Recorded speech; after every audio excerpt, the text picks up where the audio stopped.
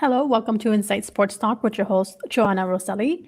On this beautiful Wednesday evening, we'll just bring you on a special day, special schedule due to sports scheduling, World Series, NBA, everything in between. And I am joined by with my amazing co-host tonight, Ed Cole. How are you tonight? Good evening, Sister Joanna. How are you? I am doing great. How great are you considering your first love is over? See, I was Yeah. hoping we can avoid having that question answered a little bit later in the show, No. but Nope. Nope. Band-Aid. I'm well, ripping it right off, Joanna. Right off. how sad and disappointed because I had not thought about it at all You're day lying. until You're now. lying. You're lying, Joanna. You think about baseball all the time. How could the Braves winning the World Series not trigger something in your mind like, oh yeah, the season is actually over now? Because Because it I is. was still talking about the World Series. Oh, okay. We still can. I'm just a realist. This season is over, Joanna, so Do you really want me to cry right now? nope. Because No, ma'am. if you want to take the show there, we can go ahead and just keep on ripping off band-aids, and we can definitely go there right now. Nope. uh, Dang, and see, now you have me in a sad mood. I was doing great and awesome, and avoiding to having to think about that particular thing you just mentioned until tomorrow. Oh, okay. The aspect that the season's over. But Yeah. you can focus on the fact that it was a great season and the Braves are won the World Series for the first time in 26 years. Is that right? And 96? indeed, yes, in 26 years, finally the Braves were able to win a World Series, crown themselves champions. Um, and they just did it in such a stellar way. I don't couldn't have thought about a better way to have this World Series, just happen. Just the way that everything just rolled out.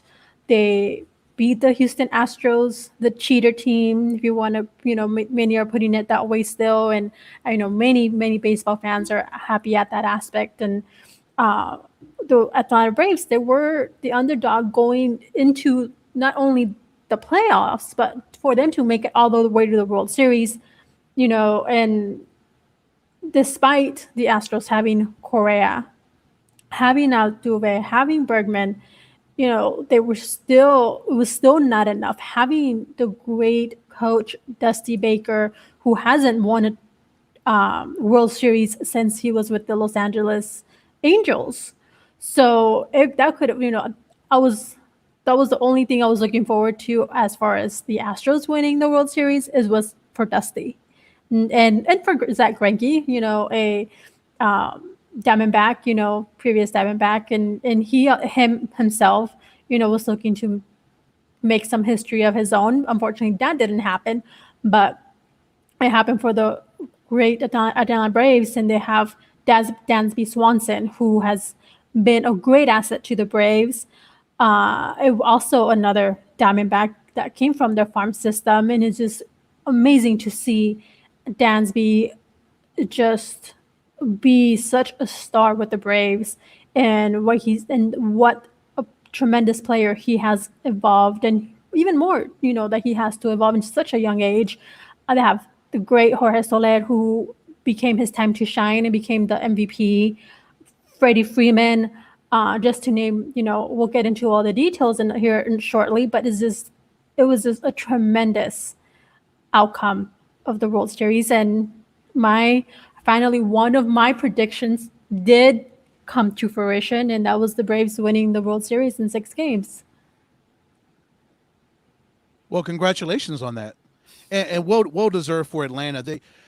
They beat Milwaukee in the division series. They beat them three games to one. Went on against the Los Angeles Dodgers. They were heavy underdogs in that series, Joanna. A lot of people just said the Dodgers, they just assumed the Dodgers would run through Atlanta and on their way to the World Series, but they did not. Atlanta won that series in 6 games, and they went on against the Houston Astros and won that series in 6 games. So congratulations to Atlanta, a scrappy team. So much was made of them only winning 88 games during the regular season, Joanna, but doesn't matter. They won their division. They did what they had to do in the playoffs, Joanna. Again, beating those 3 quality baseball teams to become eventual world champions. I'm proud of them. That's great that they were able to do that amongst everything, especially with them losing Ronald Acuna Jr., one of the preeminent young stars in baseball. That could have crumbled a lesser, weaker baseball team, Joanna, losing a guy of that caliber, but they rallied around themselves and that talent level. You mentioned some of the men that played on that baseball team. They were determined to win this World Series no matter what. And I'm sure they played for Ronald, of course, in the city of Atlanta, but to go out there and do it for Ronald, considering it would have been so awesome to see Acuna again. That kid is such an amazing talent. But Atlanta, they've got talent all across the board, and that's what got them the world championship. Yes, definitely, and yeah, you mentioned Ronald Acuna Jr., who is a tremendous asset to the team. And unfortunately, he went down, and I know that was a big heartbreak to the team, and thinking that was going to affect them. And, it did, because they had to make adjustments, but they didn't count themselves out. You said it; they're a scrappy team, and one of the teams that throughout the season, I had mentioned throughout, as we were following the season and the postseason, is to look out for these Braves, because they are exactly that scrappy. They're a different type of team that that you see now, and they just don't count themselves out. And the pitching was a major factor, and we've talked about it, time and time again. Is the pitching wins you games, the pitching wins you championships and World Series. And it's exactly what, the Braves, and how they were able to accomplish that. Because the Astros had the big hitters. They had pitching, but the Braves were just better at it. And that was with their bullpen too. They didn't have their big guys coming out of the bullpen, you know, to say that they're the ones who won them the game. So it was a collaborative effort, but the bullpen had a lot to do with it. Mm-hmm. And Joanna, I'm just looking at the final World Series numbers. They held Jose Altuve to 222 batting average. Joanna, he was 6 for 27 in those 6 games. Something else is Alex Bregman. I'm sorry, 0.95 batting average. Unbelievable. Carlos Correa, 261 batting average in that series. Those monster bats, Joanna, as you mentioned, they pretty much silenced them throughout this 6-game series. And as we always talk about the old adage, great hitting beats great hitting, great pitching beats great hitting. That was absolutely the case in this series.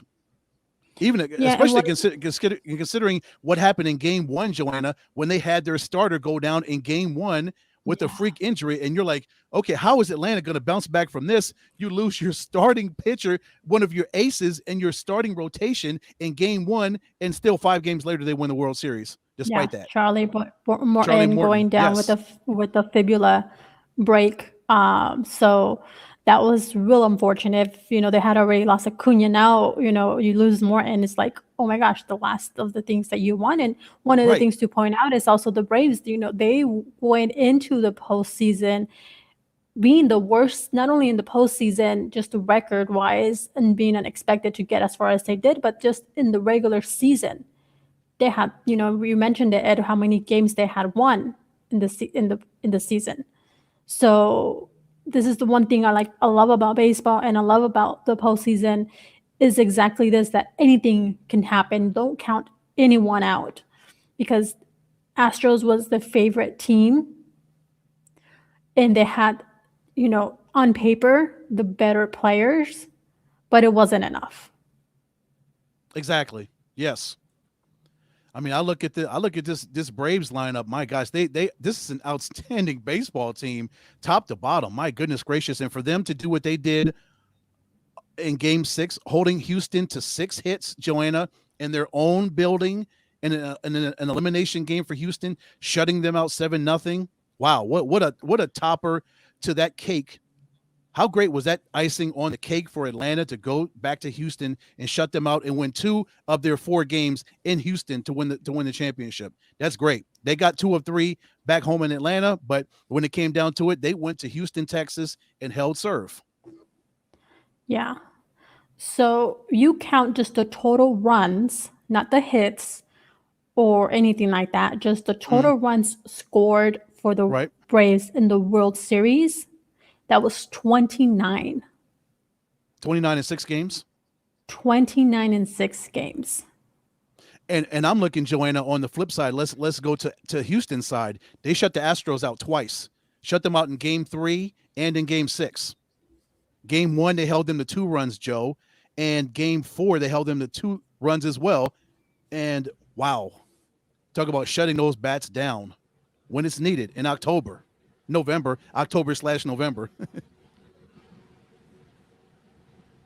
Actually, correction, that was 18 runs. I did some incorrect math. That was 18 runs by the Braves. Still, way outscoring the Astros Mm-hmm. in 6 games. Yes, quick math for Houston. That's 9, 11, 20. They had 20 runs. Yeah. Houston did. 20? Yeah. 2 in game 1, 7 in game 2, 2 in game 4, and 9 in game 5. Oh, yeah. That's 20. But those 2 shutouts were But huge, though. the, Huge. the shutouts are what did it. Just you just accumulate those 2 totals. That's just shy of 40 Mm-hmm. Yes. altogether. And And then having that in a World Series, that is not something that you see in any type of World Series. You may no, have that maybe one game, maybe two, maybe just one game that and we've seen it before, but to have it just be power hitting like this and then seeing grand slams right off the bat too. And then just throughout this postseason, which I thought was amazing. Was just, sometimes I feel like I was watching the home run derby. I know. Especially when it came to your Red Sox against Houston. Those 2 games they had when they had all those hit those grand slams before Houston figured out how to stop the Red Sox. I still don't know how their pitching was able to shut down your Red Sox after they hit all those grand slams. And was that game 2 and 3 they hit those grand slams? Like they had all those grand slammers, but I feel my like goodness, they hit a grand slam in every single game. it felt like it until they Yeah, shut they them didn't, down. but it did feel like it. Yeah. Yeah, Yeah. yeah. And then also, Joe, I'm looking at game 3 and 4. Another guy that really stands out to me is Will Smith. He had 2 saves, saved both of those games, had 6 saves in the postseason for Atlanta. That's massive. Yeah. That I If you can rely on your bullpen, Joanna, at this time of the year, and Will Smith can go out and do what he did to help them win a world championship, my goodness gracious. Yeah. Does that And make this does is that make exactly when it counts. Yes. Does that make Brian Snicker, the manager of the Braves, sit back and like, oh, I know I'm good. I can tilt Will Smith out there and he'll save some games for us. Oh, right, right. And one thing is too, we haven't seen a repeat winner in a World Series like we had in it's been many years, but in these 20 years, we haven't seen a repeat World Series winner. We thought that was going to happen with the Dodgers because they did seem, all throughout that they would, you know, possibly make it at least to the World Series, back-to-back World Series, and that didn't even happen. So the last time that happened was with if I remember correctly, with the Yankees in around 95, 96 was the last team Yeah, to accomplish that, and that was the Yankees, the Yankee team that everyone followed and would go to the postseason every single year, and you were almost guaranteed that they would make an appearance in the World Series. yes. Was that the 98-99 Yankees? They beat San Diego. They swept them in 98, and then they beat the Braves. They swept the Braves in 99 as well. Wow. Okay, there you go. Yeah. Yes, there you go. So amazing. It was a really good season, wasn't it? And it went really fast, and we had some great playoffs. Although, for your sake, I know you would have liked the Red Sox to have been there and won, right? Oh, okay. Struck a nerve again there. It, Is that sorry? it's just one of those I episodes know. that was going to be the let's make Joanna I sad know. and make let's maybe have her cry a Well, little today. well, the Red Sox, they won 92 games this year. They made it to the ALCS. That's great. Yeah, they just didn't win the World Series. No, That's all. it's okay. It's not okay, but what are you going to do? Move on. Moving on. Okay, so Whew. So, keep continuing on to baseball and keeping on that topic as my co-host gathers some good thoughts to come to here shortly. We have always. Buster Posey though, that it's been rumored that he will announce his retirement tomorrow, and that comes Yes. after 12 seasons in the MLB and him taking part in helping win the first World Series for the San Francisco Giants since 1954, and from there the San Francisco Giants winning 3 World Series. So he has had quite the career. Oh, my Of goodness, course, yes. if you're a Diamondbacks fan, you do not want that. It's one of those rivalry games, kind of like it is with LA. One of the, you don't want to have the Giants come out and beat you. But, regardless, he had a great major league career. Yes. And Joe, he's a lifetime 302 hitter. He's one of 6 catchers in Major League history to start 1,000 games at catcher and have a lifetime batting average of 300 or greater. One of 6 all time. yeah. So he's going to be definitely be in the Hall of Fame. And Absolutely. he retires with 158 home runs, Ed. 158 Over 12 years. over 12 years. Mm-hmm. So that's, definitely Hall of Fame stats that we just mentioned there. Yes. And as you mentioned, helping the Giants win 3 world championships over the course of, was that 5 years, 2010, 12, and 14. So every other year. So that's amazing. And he's Every other still year they 30, won it. and he's 34, so he's still young. Yes. But the injury bug has really kind of hit him lately. Yeah. Once you And start having those injuries or having, that bug, it's better to, go out on top than to go out when you're not at your best. yeah, and I continue think to he's get up. doing it right. You're right. Like he comes back, if he'll come back year after year, Joanna, and he struggles and he doesn't play well and he doesn't look good at the plate. It's the optics of it, and he doesn't make the Giants any better if he comes back year after year because he feels like he has to, like he has an obligation to come back to the Giants. He doesn't have an obligation. He's helped win them 3 world championships, Joanna. What more can a man do for the organization? He's had a great a great dozen years in Major League Baseball, all with San Francisco. As you mentioned, just go out on top, brother. And that's what Buster's doing. As you mentioned, Yeah. first ballot Hall of Famer, no question. Definitely. And yeah, I could not agree more with you. And yeah, there's nothing more that he can do. Like playing for as many seasons as he's had with the one franchise, that's the one thing that not many baseball players can really go out like that or even say that they've, had more than 5 years in the majors because we Mhm. all know how tough that is to accomplish. So for Buster Posey to do that plus more and the amazing stats that he has, I don't think it can get any better than that for him. Amazing. He was just 30 at bats shy of 5,000 for his career, Joanna. 4,970, exactly 1,500 hits in his career. Unbelievable. You mentioned 158 home runs, and just one of the greatest catchers to ever play this game, to ever suit up for any organization. That's Buster. And as you mentioned, congratulations on a great dozen years in Major League Baseball. And here's to getting into the Hall of Fame in what, about 5 years? Is that how they work it? They have to 5 be year. at 5 years before they're eligible. He'll in 5 Mhm. years. In 5 years, we'll be talking about him going into the Hall of Fame. There's no question, right? Definitely. If he does not make it on that first ballot, Oh, run. I will have very many questions for those who would have voted at that time.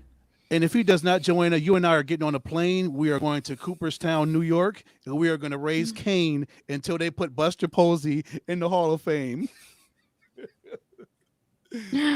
Watch out, everyone! Watch out! Mm-hmm. Mm-hmm. Mischievous Ed is coming out. Oh man. I still have to see that side of you, Ed. So this may be the time. Yeah, that's about as mischievous as you get. Like me banging on the doors at the Cooper at the Pro Baseball Hall of Fame. Put Buster in. Put Buster in. That's all you're gonna get from me. I'll be sure to give a heads up to PLR and to have some bail money out for at least one of us, if not both of us. Yeah. Yeah. He'll have to spring both of us. Right. So, all right. So that's quite a bit of baseball talk there that we've done here and covered quite a bit. But I'm ready to go ahead. So my question is, did you get it all out of your system? Are you all baseballed out, knowing that this is it until we get ready to run this thing back for spring training? Are you good with the finality of it? Am I ever? No. Answer my own question. You see this right here? There's like a little tear welting up right here. Sorry. No, it's never over. You know how my withdrawals are when the season is over. Mm-hmm. You know how bad they get. Yes. Yeah. So why did I go there? No. Sorry. Moving on, folks. Moving on. Yes, check on me tomorrow. Everyone, check on me tomorrow. Stop laughing. Not funny. It is, but it isn't. Anywho, moving on, changing gears. We're going to go ahead and talk a little bit about selfishness. Some people are being a little bit selfish, not thinking about others. And I'm just going to go ahead, because there are two hot topics here that I want to cover before we dive deep into the NFL. One is, unfortunately, the sad, tragic accident, which was a deadly DUI accident that Henry Ruggs was involved in Tuesday morning.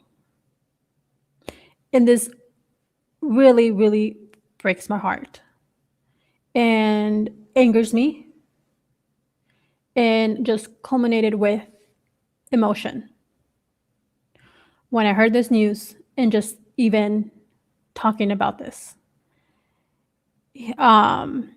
So unfortunately, a 23-year-old young lady, has deceased due to this accident where Henry Ruggs, who is the wide receiver for the Las Vegas Raiders, was going 156 miles per hour. And he's only 22. Thank you. 22 years old, and has since been released from the team. This was a huge asset for the Raiders. A couple of years ago, was the number round draft pick. And it was the only player that the Raiders were after and the only one that they wanted. To have it all come to an end like this. See such a young guy with such tremendous talent and a tremendous future ahead of him to just come to a halt. I think it may be more than a halt, Joanna. I think his career is just destroyed. I don't know how, whatever happens, whatever jail time he gets, I believe it could be from anywhere from 2 to 20 years for this. But the fact that he drove the speed that you said he did, 156 miles an hour, and he killed that young lady. I don't know how he and his girlfriend are alive after hearing that he drove that fast. I mean, it's horrific, Joe, that a young lady, an innocent young lady's life is gone, and a family and her friends are absolutely mortified because of what Ruggs did under the influence, a DUI, and now his career is destroyed. That family is just absolutely in shambles right now, and it's awful. When I first heard the news, and then I texted you, and or maybe you texted me first about the Ruggs news, but either way, you and I were just like, really, is this really happening right now? I read I guess something on from Adam Schefter on his IG page, and I was just like, is this really happening? Then I went and you and I were going back and forth, and we were like, this cannot be happening. This is an absolute nightmare, but it absolutely is happening. And as you mentioned, a 22-year-old, his career is absolutely it's gone. I don't know how he can recover and go on and have a career. But more importantly than that, that other family, that young lady's family is just they're beside themselves. What do they do, Joanna, to pick up the pieces after she was killed? And she didn't have to be a part of that, Joanna. No, no one should have. If he Most was importantly, he shouldn't have been. He shouldn't have been in no, driving and been taking the actions that he's had. And then the other thing that I want to go ahead and just even more to put this even to more tragic and it's going to blow up even more is that apparently it is reported that prosecutors are saying that there was a loaded gun found in the vehicle as well. yeah, But I yeah, want to go ahead and say this too, and I found this on social media. There's a video out there of Derek Carr making comment. He's made comments regarding the situation, but one of the things he says is that he needs to be loved. If no one else will do it, I'll do it. That's very kind. That's very touching, and he does have, you know, something there. He's onto something that someone having this type of behavior, there's a cause to it, and that is one of the things that's probably missing. Who knows? But so he needs someone, and that Derek Carr is willing to be there for him and what he needs. That speaks to Derek Carr and his personality and his persona, being there for someone. He, especially with Ruggs being such, he's a kid, and seeing his life and his career come to an end is just so heartbreaking. But it's even more heartbreaking that this young lady's family is going through this, unfortunately. yeah. And I have no words, no nothing that can be done or that could be said to ease their pain. Me neither. Just awful. It's just and for Derek, I commend him for that. I know he's a man of faith, and I would expect Derek to say those things and be that kind of person that would reach out to Ruggs and be that rock that he needs right now. But yeah, Joe, 22 years old, and this is happening, and his career, his life has flipped on its side, and I don't know if it'll flip back over the right way after this. I don't know. It's terrible. And what else is there to say? If Henry's in that situation, he knows he's under the influence and he's got his girlfriend with him. There's a thing called Uber. You can call an Uber. You can hire a car service, Joanna. If you're Ruggs, you have money. You can do that. If you know you're under the influence, why would you step behind the wheel? Why would his girlfriend let him go behind the wheel, Joe, knowing he is impaired? Yeah. I would think she is just as much to blame for this as he is, because she got in the car with him knowing he was under the influence. She knew that he was not all there. Why did she step in and intervene and say, "Look, Henry, you don't need to be driving right now. Let's call an Uber, or I'll drive," if she was not under the influence as well. But there's so many questions surrounding this, and as you mentioned, the gun situation that comes into this thing now, it just continues to pile on, and it's just it's that's this is not the news that we needed to hear right now this week, Joanna. This is not the news we need to hear any week, but this week it comes up, and it's just horrific. It's awful. Just Hmm. so sad. Yeah. Yes. And then hopefully this serves as a lesson not only to Henry, but to just to everyone. Unfortunately, this cost someone's life. It was the cost of someone's life. And it shouldn't have been that way. And it's unfortunate that when these tragic events occur, it's not that it has to be paid in such a way. So Hmm. there's, like you said, Ed, there's Uber, there's Lyfts, there's ride shares, there call someone, have a DD, whatnot. Yes, Don't be selfish. Don't put yourself and most importantly, put others at risk. because this is the classic example of what can happen if you do all those things. Hmm. A So young better lady to is learn, best a to young learn from lady. someone else than Yes, from it happening to you and you yes, being in that situation. yes. And now a young lady is gone. Her life is absolutely erased. That family, her friends, just they're devastated. And a young man's career is over, and he'll never be the same ever after this. No, not at all. But you know what else will not be the same on Sunday, Ed? Your Green Bay Packers, but that's Mm-hmm. that's that's one thing that will never be the same.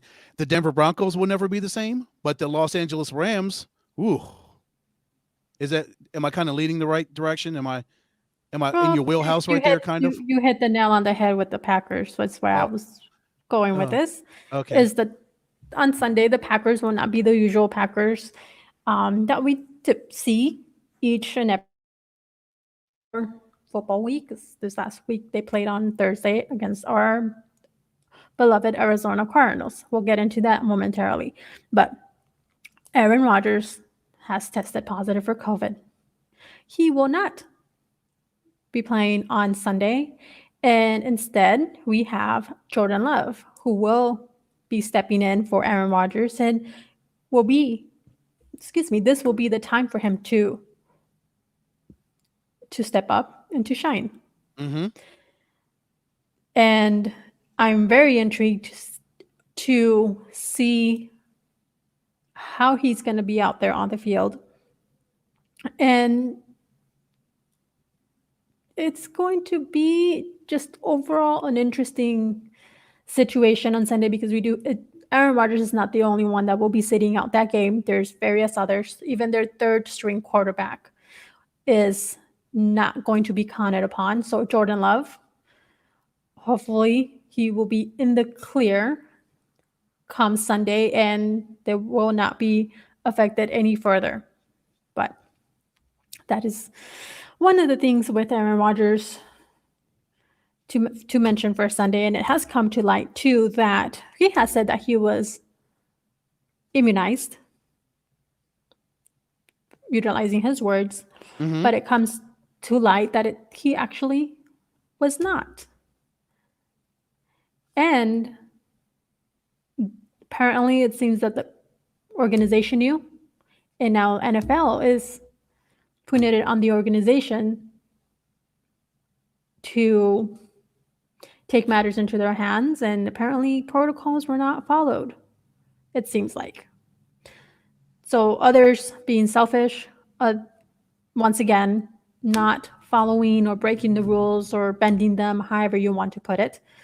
So, Aaron Rodgers, just as you were proving me wrong and I was turning the corner,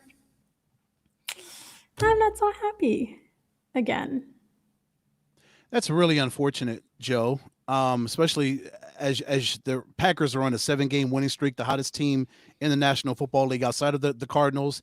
And then this news comes up right before they get ready to take on Patrick Mahomes and the Kansas City Chiefs. That would have been a perfect time for Aaron and Patrick to get together in Kansas City, Missouri, and that was a game I was looking forward to seeing this weekend. And now this news comes out that one half of that quarterback matchup is not going to be there. It's unfortunate, but we'll see Jordan Love. He got pushed up, so.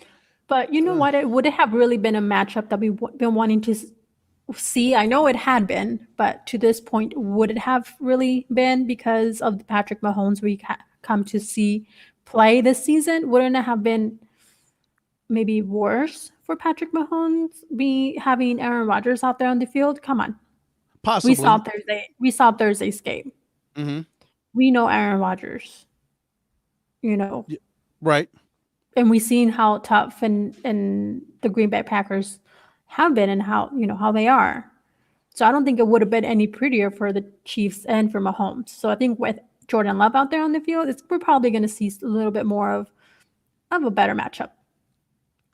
And of course, that changes the lines at the Caesar Sportsbook. That changes everything in Las Vegas, Joanna, with Aaron not being there and Jordan Love taking over. So they had the Chiefs as a 2.5-point favorite, but now they're 8-point favorites. So it's amazing how one man can change everything in Las Vegas.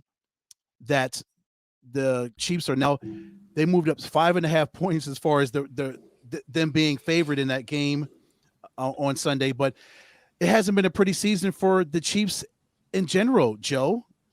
But I was still looking forward to that matchup with Rodgers and Mahomes, despite what Kansas City is. Aaron Rodgers pummel Patrick Mahomes and Packers shred him to pieces. Possibly. We'll never know now, will we? I guess we won't, unless we see some miracle happen between today and Sunday. Doubt it. But yes, I am, unfortunate, I am mad at my boyfriend, Aaron Rodgers. He has a lot of making up to do, but I am excited, happy that we will get to see Jordan Love and see what he has. Yeah. Because if it seems like he is the heir apparent to Rodgers and all the controversy that went on in the offseason with Aaron's possible feelings about the team drafting Love to be his replacement and them not really going after any wide receivers or any other offensive help instead of them focusing on getting a quarterback, and that ruffled his feathers. And we know that didn't sit right with Aaron, and it was well documented that he wasn't happy about the situation. And now it all comes full circle with him getting coming positive for COVID, and now he's out, and his evidently apparent replacement will be Jordan Love, and he'll be there on Sunday. And by all accounts, it seems like Blake Bortles is going to come back, and he's going to be signed to the practice squad, and he'll be Jordan Love's backup on Sunday in Kansas City. So that that's also interesting as well, considering Bortles was on the roster before Aaron Rodgers reported to training camp. So he's coming back to the scene of the crime. It's crazy. The melodrama continues. Oh my goodness. How the world turns, Seriously, right? It's a telenovela. Have you ever seen telenovela, Ed? No. What's that? That's a soap opera, but it's, the Hispanic version, Mexico or Latin American version. Telenovela, it's very, very high drama. It's not going to be any type of your genre of movies of your liking, like horror, but it is very dramatic, and no horror, no action in it. Okay, no, not your typical soap opera. Okay, so very, very dramatic. Anywho, that's what I feel that this season has been for the Green Bay Packers telenovela. But I'll tell you what, Joe, they're 7-1. They handled business last Thursday in Glendale, and they've won 7 straight after that debacle down in Jacksonville against New Orleans to start the season. Remember when everybody was jumping off the boat, the Aaron Rodgers boat and the Green Bay Packers boat, thinking they're done because they got mauled by the Saints? Well, they've been perfect ever since. Yeah, let's talk about that. Yeah. Let's talk about Green Bay. Let's talk about the Arizona Cardinals, and let's talk about that game on Thursday.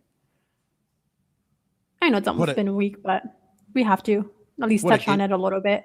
Of course,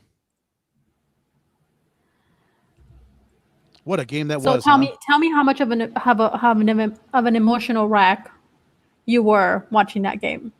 Oh gosh, I knew it was going to be that kind of a game, Joanna, just based on the history that Aaron Rodgers has brought against the Cardinals in that very same building. So many playoff classics that he has been a part of, and memories that the Cardinals would love to erase because of what he's done over the years. But I just knew it was going to be that kind of a game. Thursday night football, Packers and the Cardinals, two of the hottest teams in the National Football League. It was, of course, touted Rodgers against Kyler Murray, one of the young up and coming stars as far as the quarterback is concerned, and Aaron's still one of the best quarterbacks in the National Football League, the reigning MVP of the league.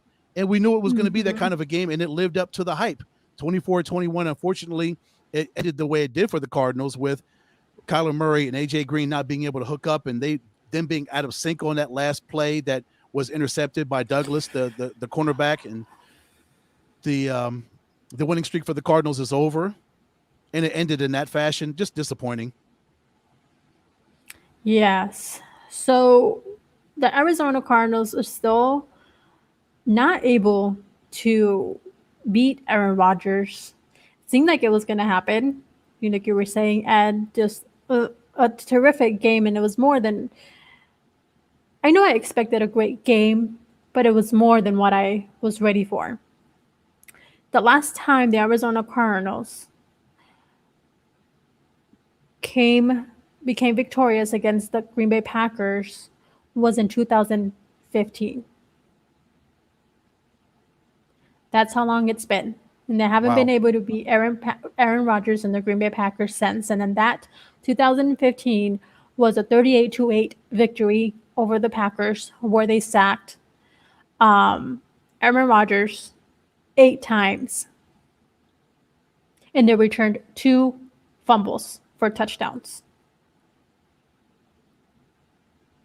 Yeah, I'm pulling up the So, box score now. That was a great game by Michael Floyd. He had 6 catches, 111 yards.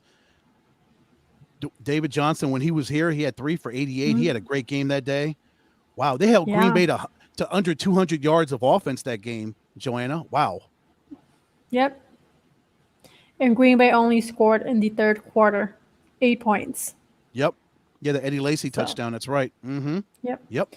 So, of course, never sure of any emotion. For me, it was a little bit different because, of course, I have love for Green Bay and I have love for my Arizona Cardinals. So I was literally torn in half.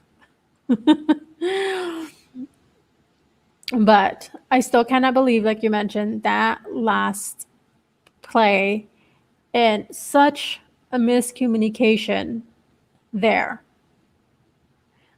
That should not have happened. And I think in that play, I thought that Kyler Murray was going to go left, not go right, because I saw how close.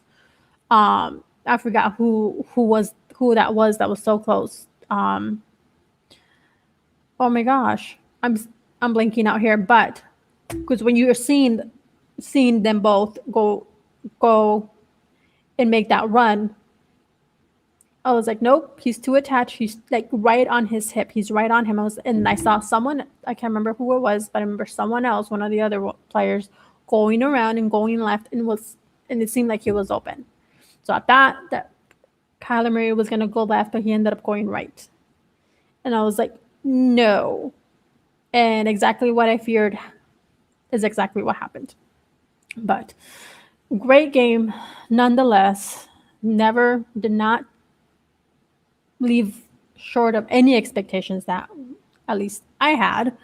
Yeah. And one of the things is that Aaron Rodgers said after the game was, or that he told to Kyler Murray was, "We'll see you in the playoffs." And he already recognizes the talent that Kyler Murray is.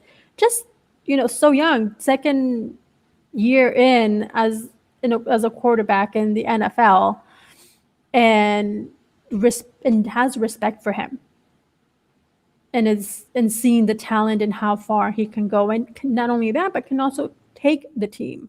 Mm-hmm. But you know what also breaks my heart? What? Actually, broke my heart on was it Thursday or was it Wednesday? J.J. Watt. Yeah, that news came out the day of the game, didn't it? That he was going to have that shoulder surgery. Was it the day before or the day of the game? I do not remember because I chose not to think about it. But you know, it's Whatever a day it huge loss was. for the Cardinals. Oh It's a yeah. huge loss for the Cardinals, and they're gonna have to restructure. And we did see how much an effect it was on the Cardinals that game. JJ Yes. Watt's a beast. He goes after he goes after quarterbacks. That's what he does. He brings in that pressure.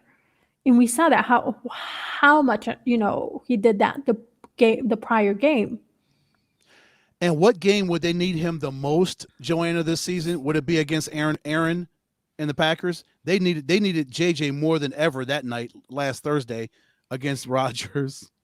I think if they would have had JJ Watt, the Cardinals would have had JJ Watt, he would be healthy. I think we would have seen a repeat, if not something close, of the 2015 game. You think it would have been that bad? 38-8. And at least something close, as at least this maybe the sacks and maybe a couple of fumbles. It really is amazing what Aaron was able to do, not having Devontae Adams and not having Alan Yeah. Lazard and not having Marquez Valdez-Scantling there. What he was able to do with Tunyon and Aaron Jones and all these other guys, Randall Cobb, St. Brown. He was able to piecemeal almost 200 yards passing with those young men. No disrespect to all those, but they're not Devontae Adams or Alan Lazard. They're good, but they're not Devontae Adams good. Not at all. So, but hopefully Devontae will be available for you guys on Sunday. By all accounts, hopefully Matt LaFleur, the head coach for the Packers, would love to have him back come tomorrow and have him back in practice. And hopefully he'll be on the bird to Kansas City because you guys are going to Jordan Love would love to have number 17 at his disposal, wouldn't he? oh yeah, I'm sure. Oh, yeah. Definitely. Why not? Forget about it. Mm. Arguably the best wide receiver in the game. Yeah. Oh, I agree. Totally agree. But you know who will not be dressed up? Possibly, potentially. For on what Sunday? team? Because at least has been, or at least was excused from practice today. For what team?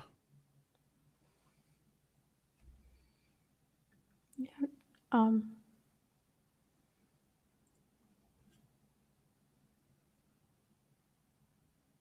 Odell Beckham Jr. Yeah. Well, he may have played his last game in Cleveland, Joanna, thanks to his father. It's amazing what social media can do to kill a relationship and a job. Right, Joe? This is the classic example of it. What was his dad thinking? Did he not think this kind of blowback would happen against his son? I don't know that he was thinking at all.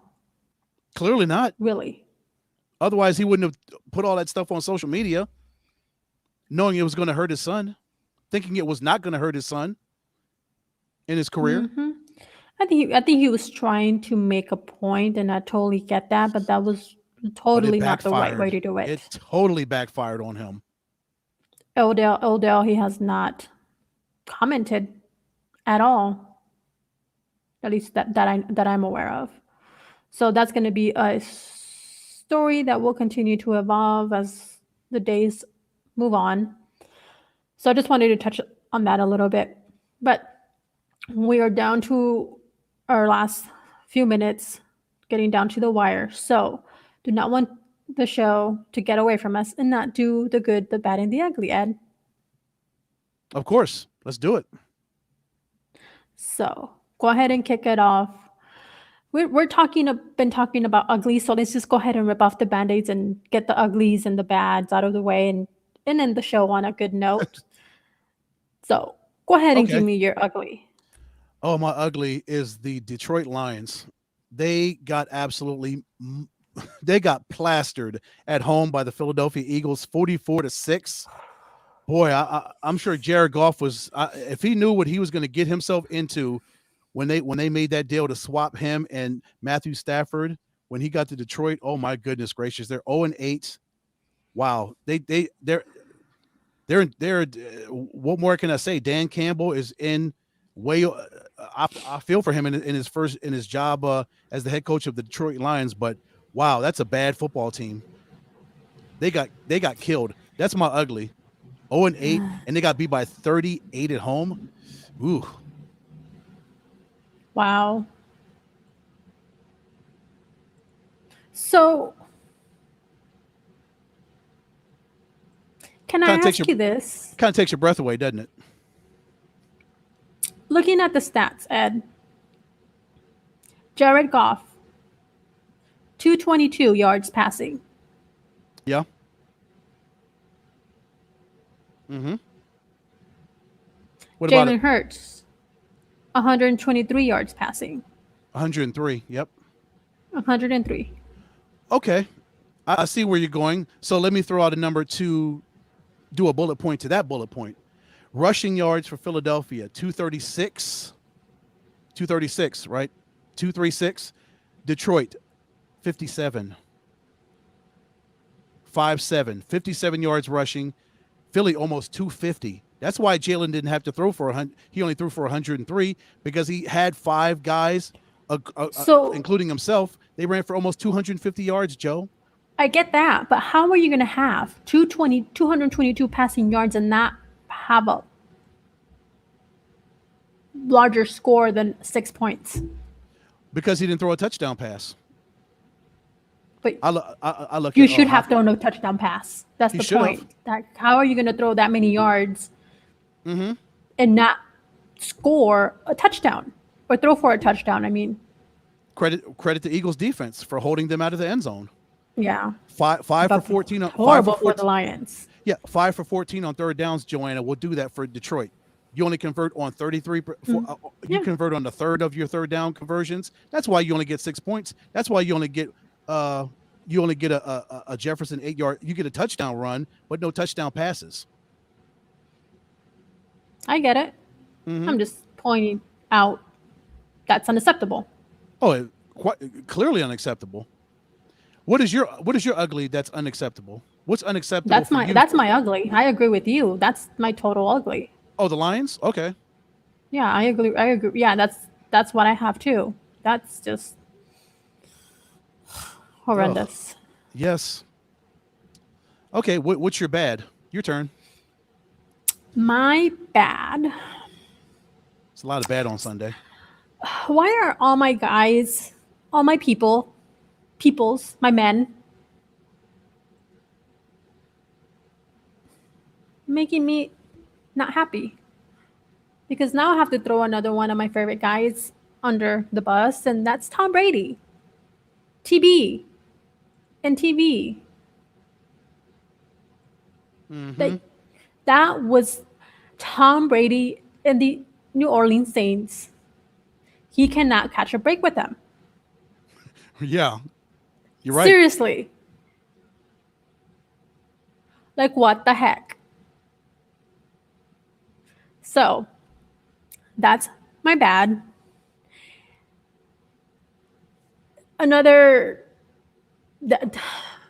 New Orleans was just great all around. It was a really good game. I still thought it was a good game. You look at the numbers, Brady and the Buccaneers, you would expect for them to have a much better turnout because we're talking yards, passing, especially the passing yards. 350. Yeah. So we talk about Tom Brady's arm and what he can do and what he's been able to do this season. And with those yards, he should have been able to, or at least the Buccaneers should have been able to capitalize. But we see that the New Orleans Saints were able to put a stop to it, and for that not to happen. Yep, and unfortunately, one of those interceptions was taken back for a pick six, which turned out to be the game winner for New Orleans. Yeah, don't remind me.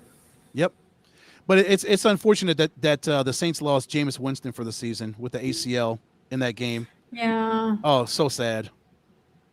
Because Jameis was playing well. I mean, in that game, he was 6 of 10. I mean, for the entire season, he played pretty well up until that point. It was just injuries, Joanna, and we saw it happen to Derrick Henry. Derrick Henry. There's so many guys. Michael Thomas is out for the season. So many big names have suffered major injuries this season, Joanna, and it's unfortunate that these guys are falling down left and right. But that's part of the business. That's football. Injuries happen, even to the best of us. Don't I know it? Yeah. So what's your bad, Ed? My bad is the Miami Dolphins. They are 1-7, and they're horrific. They're awful, and not what I thought that they were going to be this year. I was really hoping the Dolphins would have a really good year this year, but 1-7, they lose by 15 to Buffalo this past Sunday up in Orchard Park, and wow, this just a disappointing season overall. Brian Flores, I was hoping for really great things from that football team this season, but they're not delivering. And 1-7 in the cellar in the AFC East. That's my bad. The Miami Dolphins, very disappointing football team. Yeah. I don't know what to say to that, Ed. I really don't. I'm at a loss for words. Well, we can go into the good. I'm sure you have some words for that. I do. And I'm not going to give it to a team. How about that, Ed? You're not? Okay. I'm going to give it to a game. Okay. And it's a game we just recently talked about, and that's the Green Bay Packers and the Arizona Cardinals. That's my good, that's my great, that's my awesome. For all the reasons we mentioned and we talked about just a moment ago, that's the exact same reason why I call it my good, my awesome, my best. So I don't know that I can say anything more than what we've already said. Is just if you want to watch a football game and you wanted to have it all, that was the game this last Thursday, because it had everything you expected and you want and more. My good would be the New York Jets beating the Cincinnati Bengals. Mike White, rookie quarterback from Western Kentucky. He joins Cam Newton as the only rookies to ever throw for 400 or more yards in their very first start. He throws for 405, Joanna, and the Jets come back and beat Cincinnati, a really good football team, really good Bengals team, and they get their second win of the season. So my good is Mike White leading the Jets to a victory, their second victory of the season. That's very good. The Jets are not doing too horribly.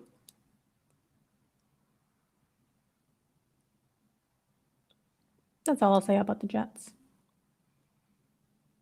Considering how it's gone for them most seasons, 2-5 is probably actually good. Yeah, 2-5 is progress. That's a compliment. That doesn't sound like one, but it is. It is. Rookie head coach Robert Saleh, he used to be the defensive coordinator for the 49ers. It's taking him time to get the lay of the land with New York, and of course dealing with the New York fans and the New York media, and being a head coach now. It's going to take time for that to happen. He just doesn't go from a DC to a head coach and success just follows him there, Joanna. It's going to take time for him to get his bearings and get his football team to where he wants to get them to. But through 7 games, they're making progress. Yeah, not bad. Could be a whole lot worse. Slow progress, but yes, slow progress is better than no progress. It is. And they're far from the worst team in the NFL. I'll tell you that. We just talked about a few of them. We talked about a few of them. Definitely. I agree. Well, Ed, you know what time it is? It's social media time, and it's time to wrap it up and get on out of here. Man, that hour Yeah, flew by. it sure did. We didn't even get to touch on MLB. We didn't get to touch on the upcoming fights, No about NBA. Oh, Formula One or Formula Uno. You know, we just had some awesome happenings in New York. In I was gonna say New York. No, not New York. In Mexico City. So we'll just have, just means that we'll just have to have another show and make room for more. yeah. Can't get it all in an hour. No, It's unfortunately, hard. as much as we like. Yeah. So go ahead, Ed. Let people know where it is that they can find you and your awesome stuff that you do. Oh, of course, right here on Inside Sports Talk, on Twitter at EdCole43, Instagram at EdwardCole301, and Facebook Edward Cole. Back to you, sis. Okay, that was so short and sweet. I was expecting more. I don't know why. Um, or you can find me, Johanna-Rosalye, on both Instagram and Twitter at JRosalye. That's JRoSalye. You can find Inside Sports Talk or Inside Sports Network. And Instagram is Inside Sportsnet. On Twitter, Inside Sports _ Make sure you download and listen from wherever it is that you listen to podcasts, and check out our website at insightsports.net. I believe that's all for tonight. Thank you, everyone, for tuning in, listening in. Until next time, this was Inside Sports Talk.